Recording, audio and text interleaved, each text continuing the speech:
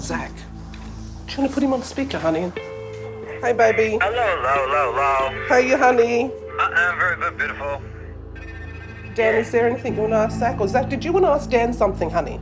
Dan, I've got absolutely no concerns. The facts are all there with the case, and it all stands and speaks for itself. Okay, Zach, I'm not going to ask you any questions at the moment. You talk to your family, you go for it. Yeah, honey. Oh, yeah, because at the time, it didn't make sense why the judge, he was like, I have no choice but to give you 20 years. I've been in here treated as a murderer. I still have to do their violent offenders course. I remember looking at the head psychologist and going like, but if I didn't actually hurt anyone and I wasn't violent in any such nature, why do I have to do it? And she's just gone, oh, because your case has got high notoriety. The voice on the phone you heard then was Zakgrieve, a young Indigenous man who was sentenced to jail for life in 2012 for a murder the judge found he did not physically commit. Zach's from Katherine in the Northern Territory of Australia. That's Zach as a baby with his brother Terry. His family say he knew something about the killing, but wasn't there when it took place. And the judge agreed. In fact, the judge called his own decision to send Zach to jail an injustice. I'm a crime reporter, and I've covered countless murders, and I've never seen anything like this.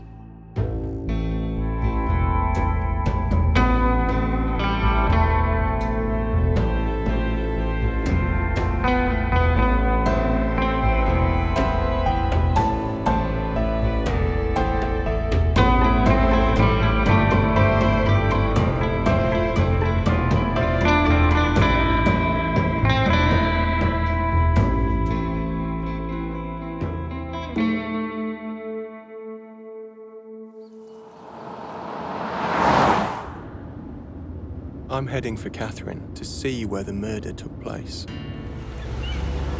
It's the start of the dry season, and this is my first time in Australia's far north. Everything here is new to me. When people ask me what I'm doing, I say I want to find out why a murder happened here. What did Zach do? And how has he ended up in jail for life?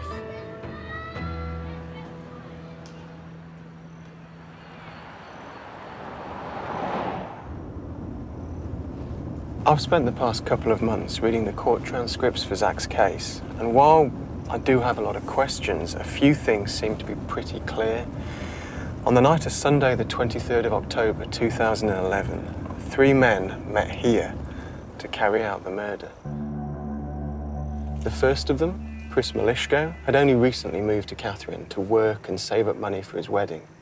Chris's mate Zach Grieve, worked 2 jobs, in a pizza parlour and at his mum's shop. He was also a small-time cannabis dealer. The third man, Darren Halfpenny, was a tough bloke. He didn't finish school. He once described his lifestyle as lying around in bed all day, smoking dope and drinking rum and cokes. From here, the men drive west, across Katherine.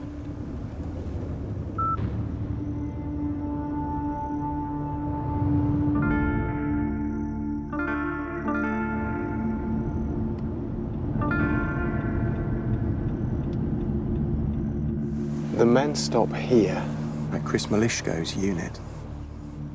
They go inside, and once they're in there, they play Xbox and they watch anime, that's Japanese animation, together. As the night wears on, Chris buys Red Bull energy drinks to keep them all awake.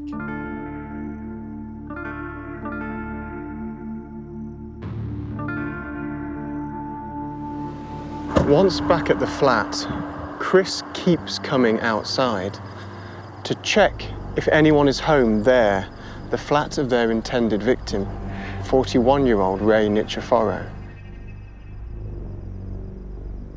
Eventually, the lights do come on at Ray's place. His attackers put on plastic gloves and shower caps on their heads and over their shoes. They cut the power to Ray's flat.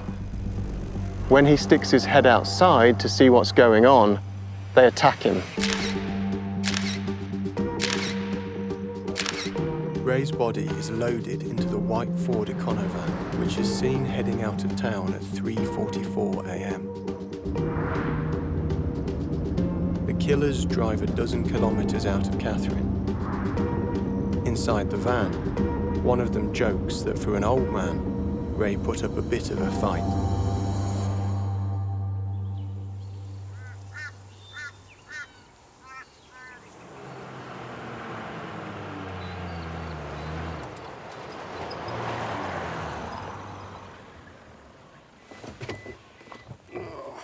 Daryl? Dan! Good to meet you. How you doing?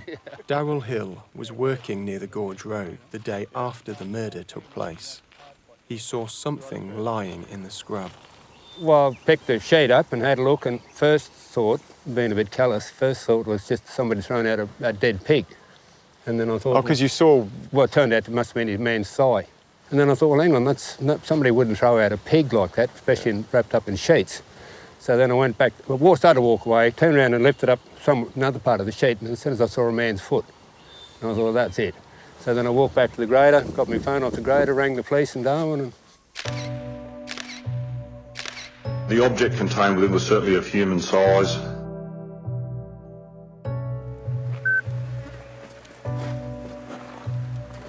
As I got closer, I could see a small portion of skin.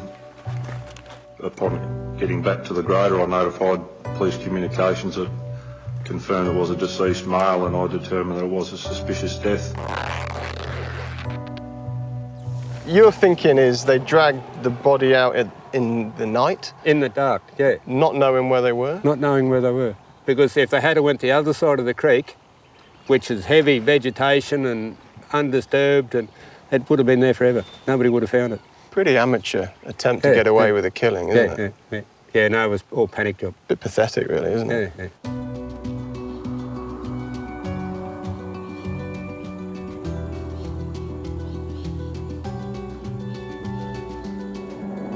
It's like Daryl said, it's the only bit of cleared land for miles around, and they dumped the body there, not even far from the road. It's just... what were those boys thinking?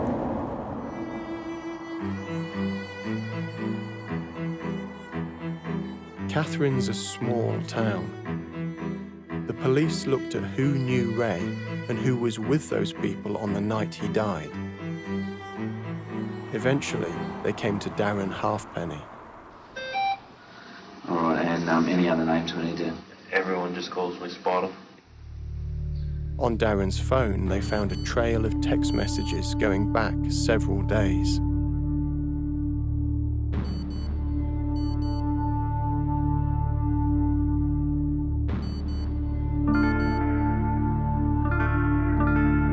Darren confessed. I was on his back. Zach was down at his legs, and Chris finished him off, belted him over the top, the back of the head while he was on the ground. Within hours, Zach and Chris were arrested. CCTV showed Chris buying plastic gloves and shower caps in the week before Ray's killing. At first, he said nothing. There's allegations being made that you were involved in the death of Ray Niceforo on the night, Sunday through Monday. Yeah. Can you detail anything in relation to that? No, I don't wish to talk about that. Okay. Do you wish to provide your version of events on the evening? No. Is there anything else at all that you wish to say in relation to this matter? No. For the purpose of the recording, can you please state your full name and date of birth? My name is Zakgrieve. Zach also declined to talk to the police. We'll be recommending to the shift sergeant that you are charged with murder and another other offences yet to be determined. All right, from that point, police will be refusing bail, and you may have the opportunity to review your bail with the magistrate. Do you understand what I mean by that? If you could possibly talk to my lawyer to tell me so she could put it in layman's terms for me. Yeah, I could put it in layman's terms if you like. I'd love to hear it from her. Okay. The decision to charge Zach devastated his family. Zach's mother, Glenys, still lives in Catherine today. That's part of it. Hi, hello. Glenys? How you going? Hi. Good to see you. Nice to see you too. How are you doing? Okay. Yes. Yeah? Very good. End of the day, yes. Sorry. Hi, Pleased to meet you, Dan. Tell me a bit about Zach. Zach, fun-loving, people's person. Yeah? Caring? You knew him as well? Karen. Yeah, I went to school with him. You went to school with Zach? Yeah, I grew up with him, basically. And he's the godfather of my son. So, Oh, really? yeah. He's quite a big part in my life and was hoping my son's as well. But... What effect has it had on you? Oh, that's all right. I was just... I'm sorry. A big one.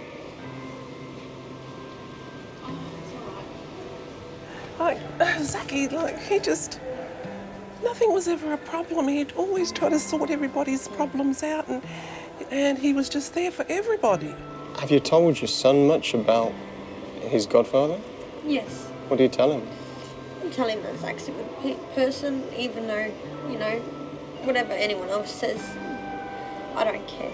It's a hard question to ask, but how can you be so sure? Because I knew him for so long.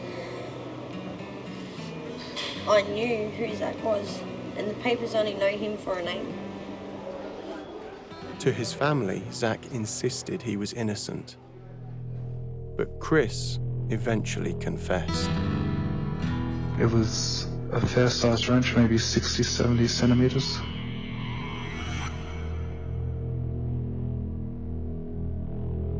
It weighed about 2 kilo, 3 kilo. Where'd you hit him? I hit him on the head. I couldn't stop myself from hitting him. Do you remember how you felt while you hit him? I felt angry. I remembered everything that had happened, things that my mother has said.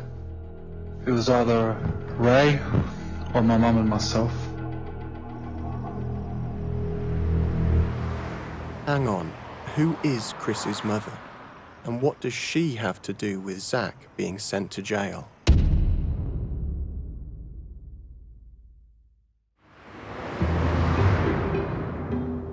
What is your full name?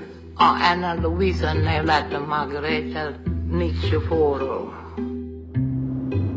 Do you swear by Almighty God to tell the truth to this court, so help you God? I do. Mr. Niceforo, I want to ask you some questions about Ray, please. You may. Ray wasn't your best son, was he? I think he was. He was your best son. Ray Niceforo is buried on his brother Nino's property outside Catherine. Next to Ray are his father and his nephew, Nino's son.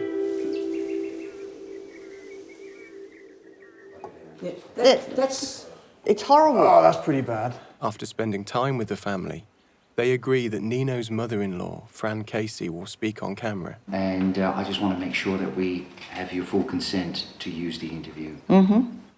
Fran worked with Ray before he died. Tell me how you remember Ray. He's a nice fella. What was he like? Quite, like, he's a gentleman to me. Why do you say a gentleman?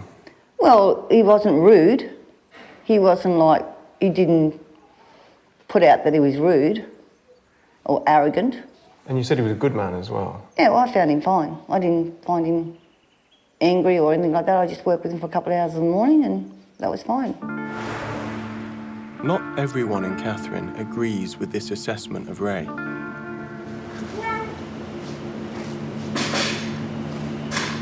Okay. Hello. Are you ready, darling? Yeah, okay.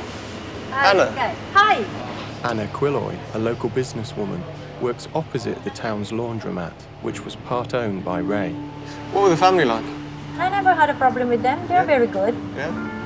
But you had some dealings with Ray? Oh, yes, I did. He came in one weekend and said, "Where's your husband?" And I said, "Why?"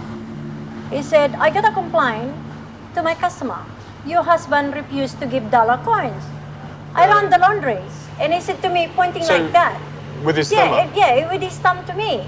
Tell your husband that in 24 hours, if I get a complaint regarding dollar coins that you refuse to give, you better not get out in this town, not to operate a business here. Were you scared? Well, I just checking. I'm checking, and a customer compelled me to ring the police.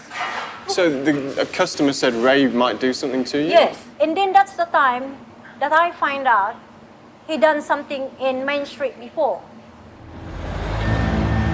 What Ray did on Main Street became notorious. In 1999, he shot a man in the leg after a night of drinking.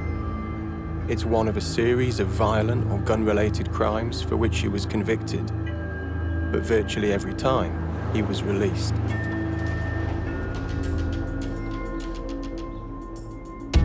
Ray's life changed in 2007 when he met a woman, Bronwyn. 4 years later, she took out a domestic violence order against him.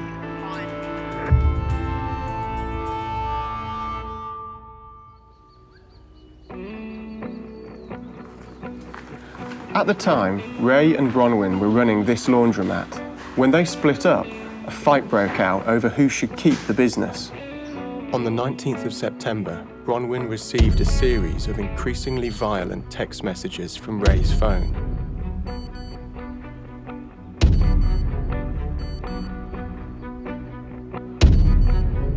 Bronwyn received another message the next morning. She saw this as a threat to kill her son. Half an hour later, Ray turned up here, where Bronwyn and Chris were working. Ray was banging at the door, threatening to rape Chris and to kill him. He called me a poofter, a faggot. Shortly after that, he started saying about how he fucked my mother and made her bleed. That he fucked her up the ass and made her squeal. I was very scared. Ray was charged with assault, but released on bail. 4 days later, Chris beat Ray to death.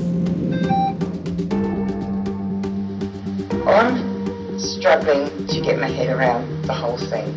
The police suspected Bronwyn was involved. No, I didn't know that either. And you gave him the money? No, I didn't.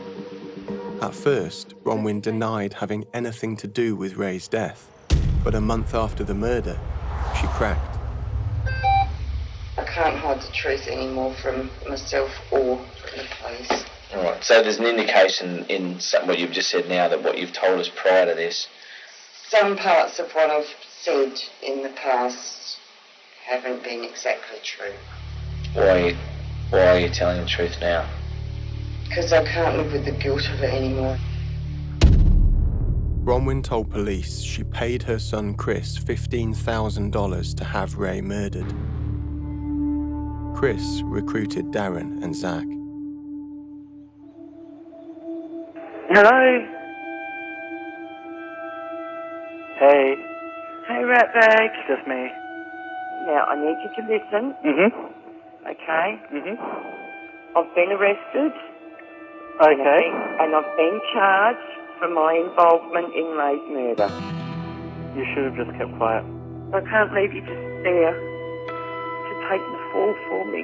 Ratbag, I do. I love you too much for that. Oh, okay, Mum. You do know that I had something worked out, though. You need to tell the truth. Okay? Yeah. Okay. Always remember that I love you. I love you too, Mum. At the trial, Bronwyn was found guilty of manslaughter, not murder, because of the abuse and threats she claimed to have suffered at the hands of Ray.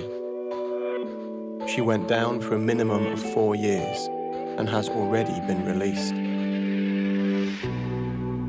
If she cries, if she did an interview and she cried, those are crocodile tears, mate. She said she could always throw the tears on, always throw the tears in. Now, if she's interviewed with you, she'd be throwing the tears in. She's good at it, mate, she's good at it. So what would you say if I said we had interviewed Bronwyn? What would you say to me? Don't trust her. Don't believe her. We have interviewed Bronwyn. After spending 4 years in prison, she's trying to rebuild her life, and we've agreed not to fully identify her here. You've heard what Fran Casey has to say. This is the other side of the story. I met a man. He swept me off my feet, and I followed him. This is Ray Nichiforo. Yep. Once I was in Catherine, things started to change. He'd wake me up with a slap to the back of the head. From there, it progressed to kicks, cigarettes put out on my leg. And you forgave him? Yep. Deep down, I loved him. Were you scared? I was very scared. I came home from work one day to find him cleaning a double-barreled shotgun. He walked into the lounge room, pointed that gun at my face, that far away from it, told me to keep my fucking mouth shut or I would see both barrels.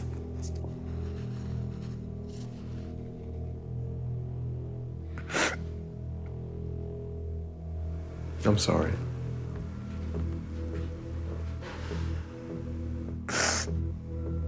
Did it get worse? Yeah. How much worse? He would force himself on me in bed. What would have happened if you had run?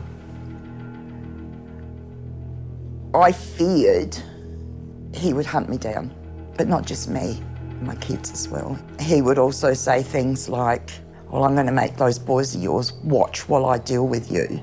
Then I'm going to deal with them. After the confrontation at the laundromat, Bronwyn told police she was scared for her life. Despite this, Ray was released on bail, and Bronwyn says that she felt hopeless. I knew my life was in danger, that I'd never be able to get away from him. I was approached with an offer for someone to kill him. Who approached you? Christopher. Your son? Were you told how it would take place? No. Did you ask? No. Were you told he would do it? No. You've explained what happened, how you met Ray, what he did to you, that you felt you couldn't get away, and that you felt police and the courts couldn't protect you. All of that does help explain what happened. Does any of it justify it? Do you regret it? Yes, I do, actually. I do regret it. Even though it made me safe, it took away, or it took Ray's life for starters. He still had a right to his life. It has taken away, or will have taken away, at least 18 years of Christopher's life. It has put 2 other young men in prison for possibly life. It's taken a son away from a mother, and that's Ray and his mum. A brother away from other brothers. So, yeah, I do regret it, but I'm alive. And I don't think that if it hadn't happened, I don't think I would be alive today.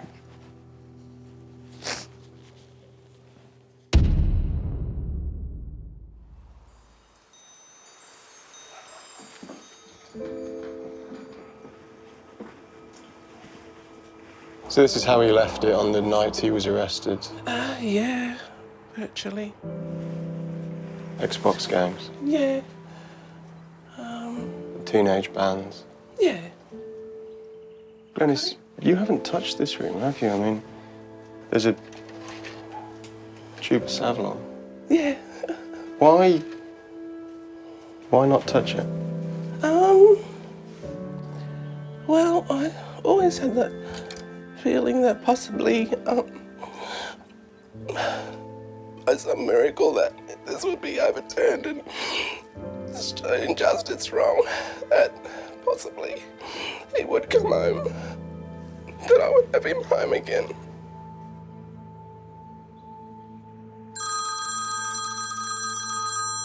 If it's private, answer it.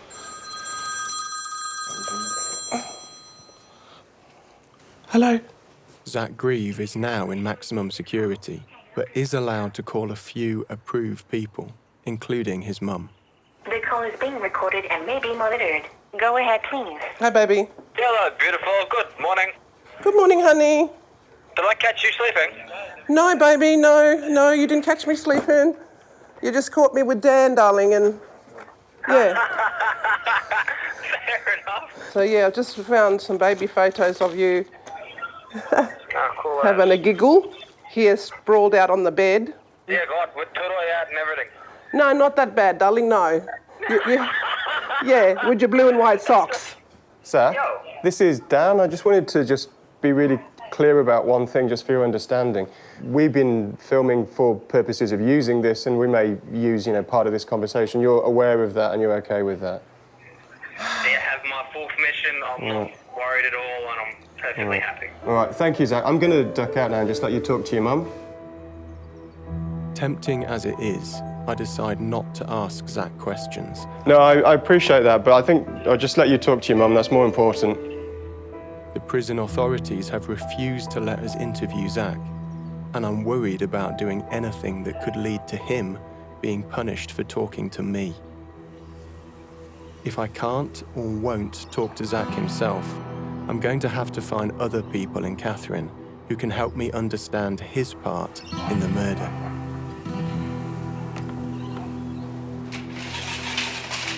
Matthew Carroll was one of Zach's best mates in Catherine at the time.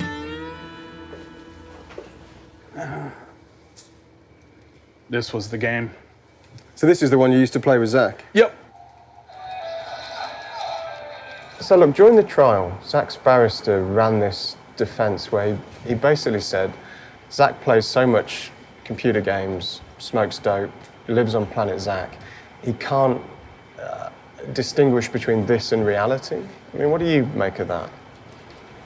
I mean, everyone knows reality and fantasy. You ask anyone who plays video games and they will tell you that they know right from wrong. Games are an escape from reality. Do you think Zach wanted to escape from reality? I think everyone wants to escape from reality, man. So Zach understood the reality of what was going on. But how real was it? Outside, I asked Matt about how well established the murder plot had become. It was fairly known that someone approached me and offered me and told me about this thing that was going to happen. And this was months before. The murder? Yes. So someone approached you and told you what? They said, your friend, Chris, is looking to kill someone for money. Do you remember who it was? Yes, but I'm definitely not naming them. Because you wrote something on Facebook after the murder, along the lines of, I knew as much as Zach about this. Yeah, why didn't the police arrest me too? Why say that? Because the amount of people that showed up as witnesses in court, it was, what, 120, 130 people? But not all of them knew about the murder in advance. No, but I'd say a good solid 20, 30 people did. I'm stunned to hear this. Who are these 20 to 30 people? And what exactly did they know?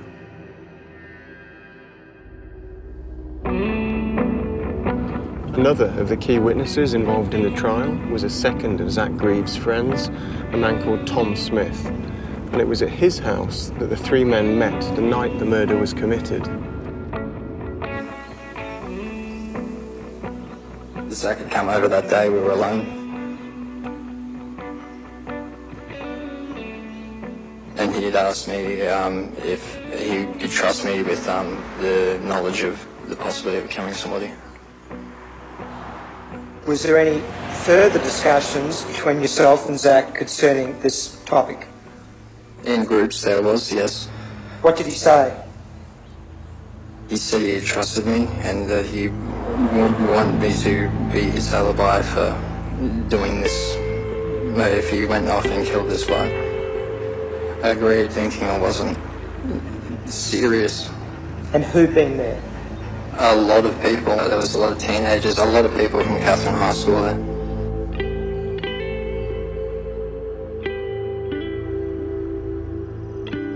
So yes, Zach's mates suggest he did agree to take part in the murder, but that does not mean he was there when it actually took place. Time on my watch. It's 21:40 hours. Zach, just listen to me, Zach. You're under arrest for the murder of Rainey Sephora. Yeah. Okay? You need to come out this way with me, please. His face was like in bewilderment, like, what the hell's going on? I had my hand on his leg and thinking, you know, and I could feel him going, starting to tremble, and I'm thinking, oh my God, like... He was scared? Yes. Glennis, as well as Zach's brother Terry, was there when he first appeared in court. I was working in the court system at the time with NARJA. The North Australia Aboriginal Justice Agency. Yeah. Of course, it's in the back of your mind when you go to work and you're performing your duties that your brother's going to be there with his murder charges. So it's a bit of a whirlwind of a day. After the court hearing, Terry says he was approached by one of the detectives. And he said to me that he believed that my brother didn't do it. He strongly believed that my brother didn't do it. The police officer said that to you? Correct. But what did he mean? I mean, what was he getting at? That Zach wasn't there. You're saying that the police officer said to you... Oh, no. We don't understand what Zach's role in this was? Sorry, Dan, you don't say nothing, mate. Your family member has just been arrested for murder. And a police officer says to you, and you're just dumbfounded thinking, what? How do I respond to that? Look, memories can be unreliable, so it's impossible to know exactly what the detective said or what he meant. But Zach's dad, Warren Grieve, who's away working in the mines, tells me about a similar conversation with the same detective. Well, me and Glennis, after they charged Zach with murder, we just walked out from the courthouse, sort of looking at each other going, just couldn't believe it. And he actually come across and called us over. Okay, and what did he say? At the time, he actually said he didn't think Zach had anything to do with it. So he said to you he didn't think Zach had anything to do with it? Yeah. That was within 15 minutes after they charged him with murder.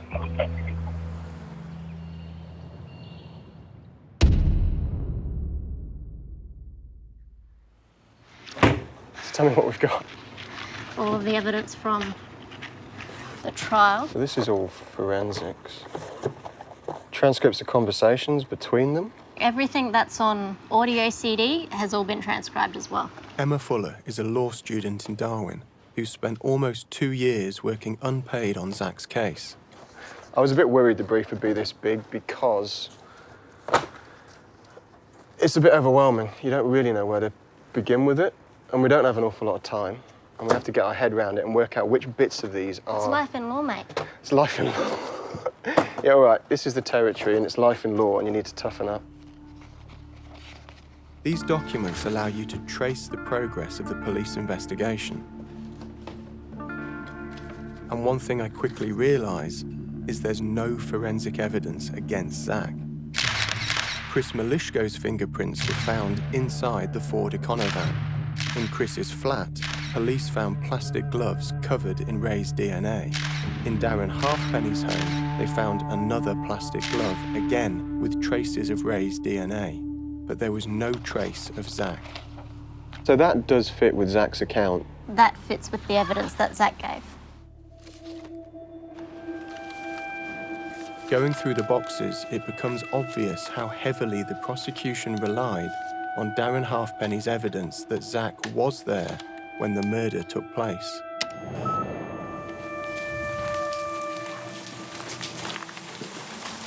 I was standing here, Zach was standing roughly about here, and Chris was standing here. And the door's open. Zach's gone in first, then I have, and then Chris followed. wrestled around, killed him. The problem is, Darren Halfpenny is a liar. After confessing to the murder, he told police he burned his clothes from that night on Catherine Airfield. In fact, he burned them in a fire pit behind his house. You lied to police about your part in destroying the evidence, didn't you? Yeah. And you don't care if you lie, do you? It's not that I don't care if I lie, it's just when I lie it just comes out.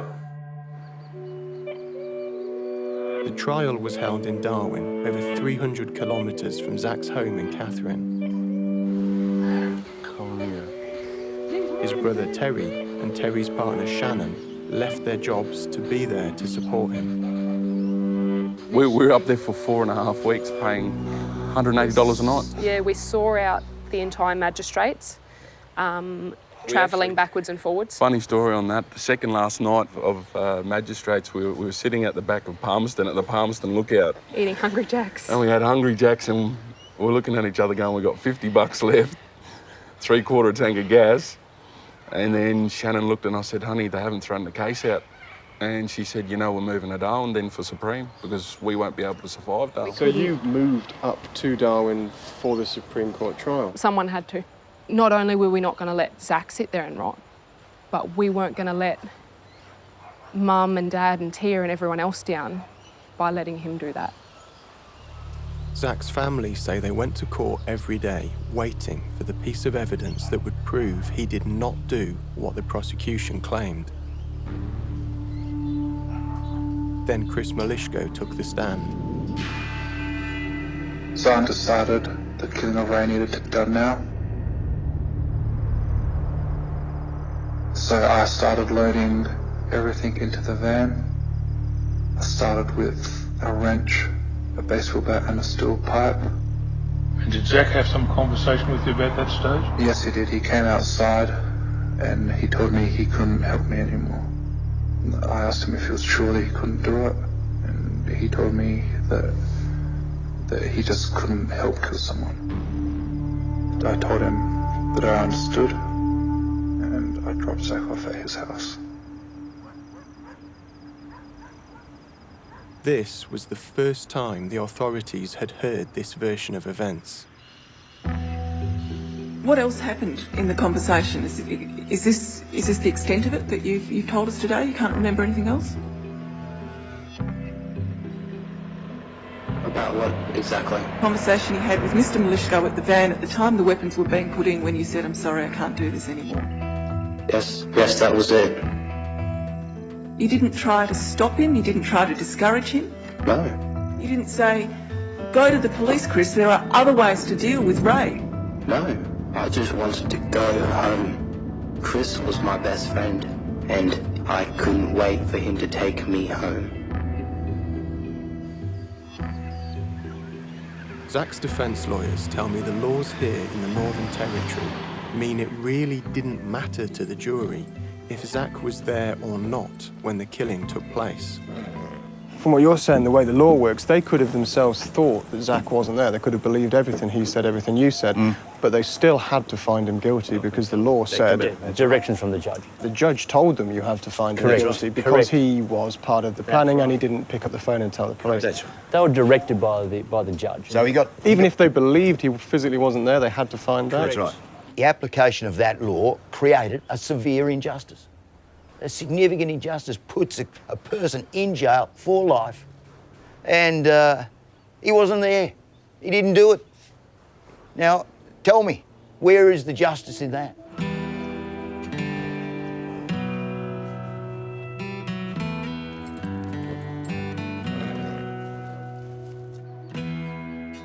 I turn now to consider the position of you, Zakgrieve.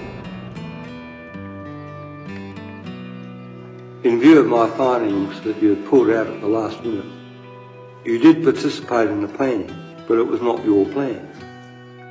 If I were free to do so, I would impose a lesser non-parole period than 20 years. But in the Northern Territory, judges don't decide many of the sentences they hand out. Politicians do. They call it mandatory sentencing. These laws said Chris Malishko could receive a 2-year discount on his sentence because he had been provoked in part by Ray's treatment of his mother. Despite the evidence he wasn't there, the law said there could be no discount for Zach. I'm therefore compelled to convict you and sentence you to imprisonment for life with a non-parole period of 20 years. I take no pleasure in this outcome. It is the fault of mandatory minimum sentencing provisions, which inevitably bring about injustice.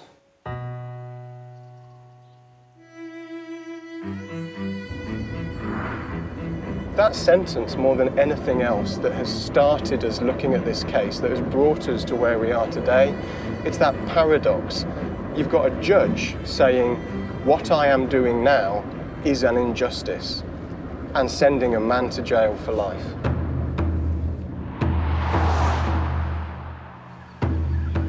So I've asked to talk to the judge himself.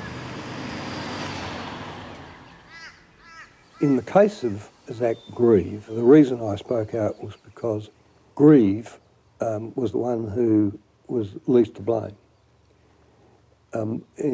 by any moral standard anyway. He had pulled out at the last minute, and yet I could not give him less than 20 years imprisonment.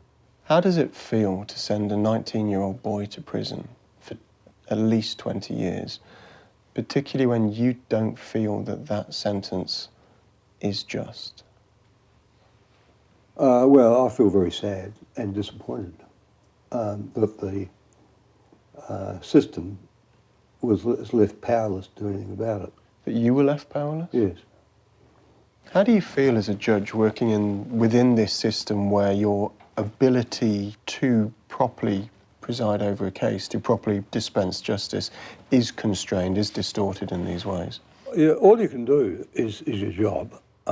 You can express your dislike, which is what I generally do, in the hope that the people will take notice of it, that the politicians will listen to it, and that we can stop the silly nonsense of mandatory minimum sentencing.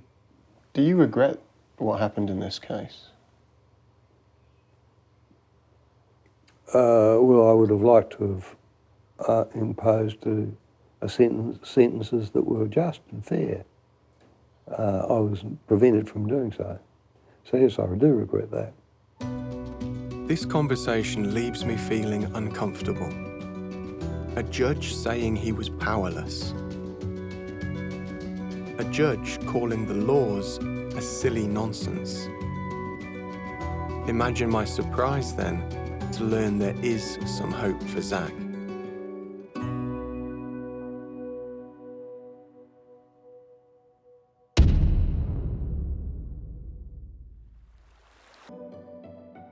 I asked the Territory's Attorney General, Natasha Files, to explain how the system works. The administrator can be contacted asking for a plea of mercy. The administrator would then write formally to myself as the Attorney General, and I would seek the advice of the Solicitor General for the Northern Territory and then provide that advice back to the administrator.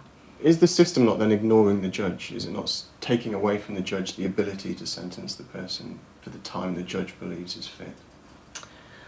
We need to look holistically at this, and we need to respect the separation of powers. I think is very important between the different domains. I also asked the Attorney General about a public campaign that ran before the last Territory election called Making Justice Work. One of the things they said was simply to end mandatory sentencing. They said it has no place, it doesn't make the community safer. Those were their words. So what do you intend to do? We're genuinely looking at every aspect of it. We're genuinely looking at mandatory sentencing coming from that perspective of making our community safer. So we need to have an looking evidence. at changing it? When we're looking broadly at our justice system, we want to have an evidence-based approach, and mandatory sentencing is a part of that. So you're reviewing it? We are undertaking a body of work looking at our justice system. And so that body of work you're undertaking is essentially a review of the system as it currently stands, but that will include mandatory sentencing? Yes. Okay. Any change, of course, will come too late for Zach.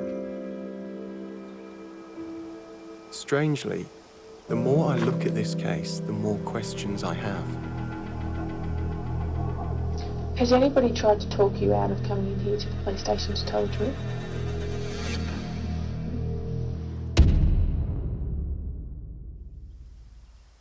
Working through the transcript of the trial and these documents from the brief of evidence, one name keeps coming up. He was the housemate of Chris Malishko, the man who physically beat Ray Nichiforo to death. And he was good friends with Bronwyn, the woman who paid for the killing. And when we spoke to Bronwyn, she said this. I was led to believe, both by Christopher and his flatmate, that Christopher would not be there at the time. Who was his flatmate? Nipper. We call him Nipper, but his name's Trevor Tidd. I contacted the judge again, asking who Trevor was, and got this reply.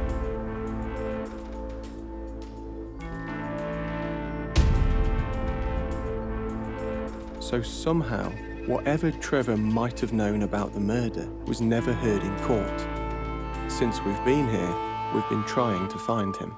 Now, it turns out Trevor Tidd did give a statement to police just a couple of days after Ray's body was found, in which he says he was with Bronwyn at her house on the night of the killing. But if you look at Chris's evidence to the court, Chris Malishko, he says that Trevor was at their house when Chris got back shortly after killing Ray. Keep looking, and Chris says Trevor actually went with him back to the scene of the crime.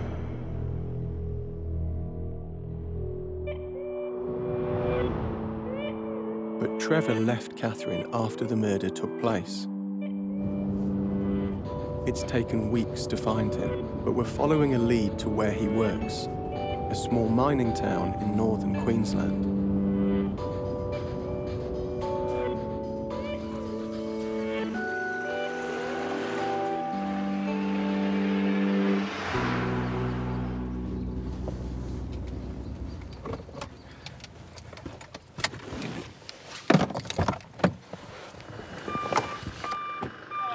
Hi mate, how you doing? We're trying to get in touch with a guy who works here. Guy by the name of Trevor Tidd. He works as a cleaner, that's all we know. Subcontractor, maybe. At your height, quite thin, dark hair. That could be our man, hey? Okay, well listen, thank you for your time. All right, it's surprisingly hard to track down this fella. But we do now have another lead. We've been given the name of the recruitment company that employed Trevor, so I call and leave a message asking him to call me back. Look, it's about a story I'm working on.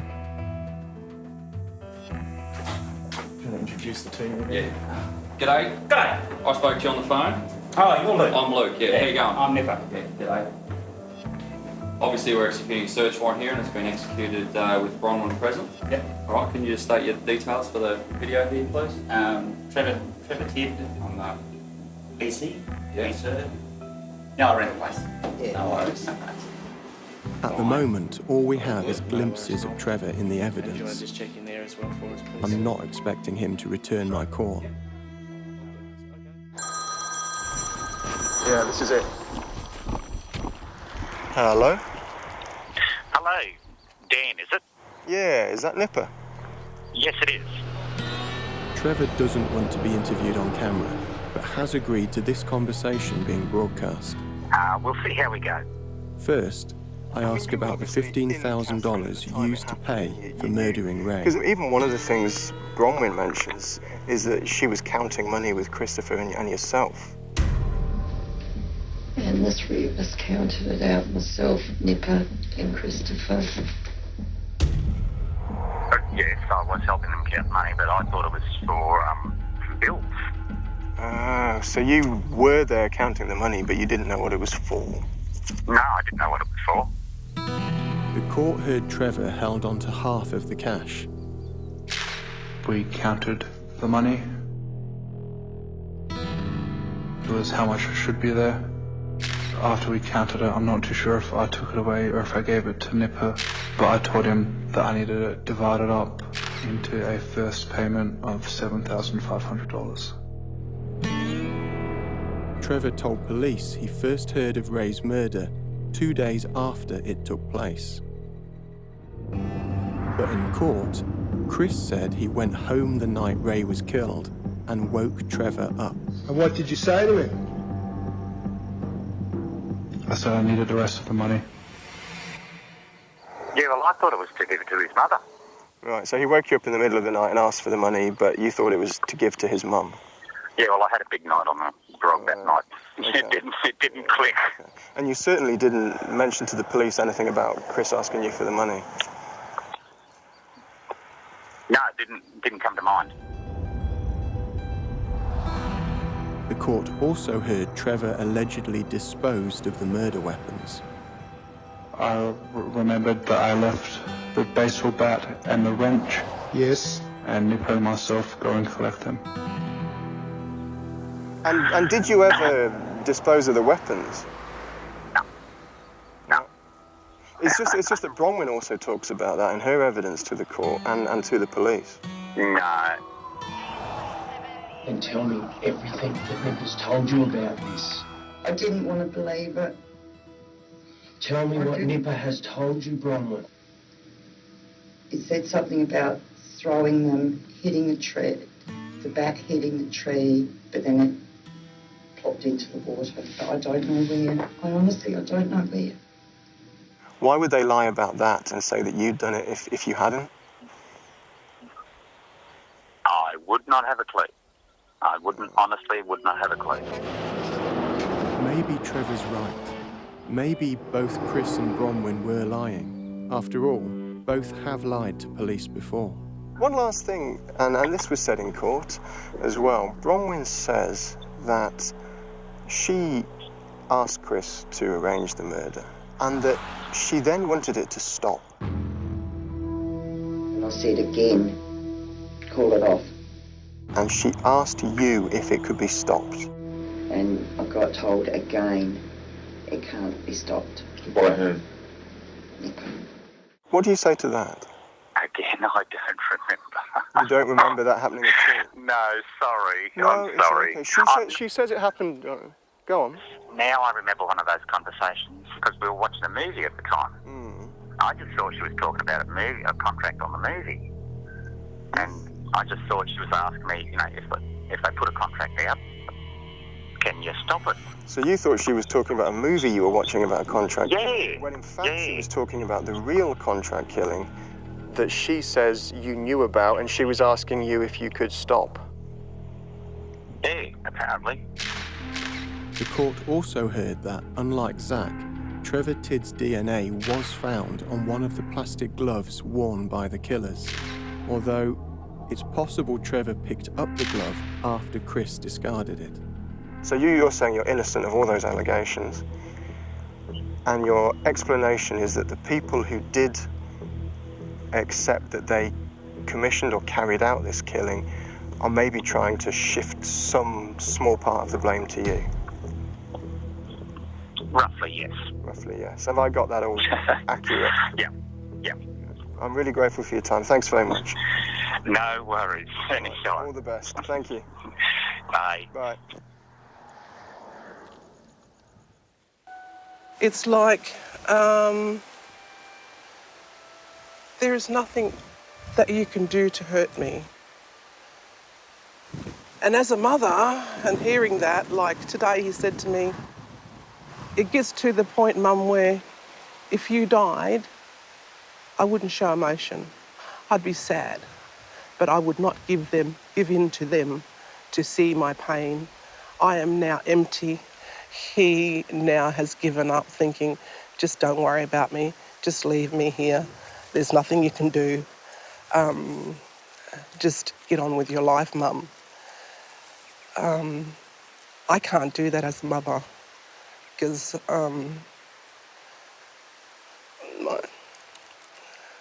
my children are my life, and this is not right. This is wrong. What's happened to him?